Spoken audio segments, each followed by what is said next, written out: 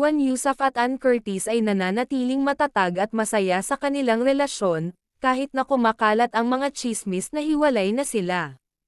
Ayon sa ilang ulat, sinasabing may third party daw sa parehong panig, ngunit ito ay walang katotohanan. Sa kabila ng mga malisyosong balita, pinili ng mag-asawa na manahimik at hayaan na lang na lumipas ang isyu.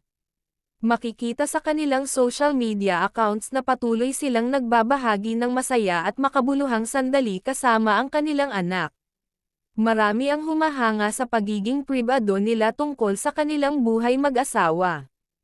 Hindi sila nagpapadala sa mga negatibong komento at tsismis na walang basehan. Para kay Ann at Arwan, ang kanilang pamilya ang pinaka-prioridad. Tila natatawa na lang sila sa mga maling isyong kumakalat. Naniniwala silang ang kanilang pagmamahalan at tiwala sa isa't isa ay mas matibay kaysa sa anumang intriga.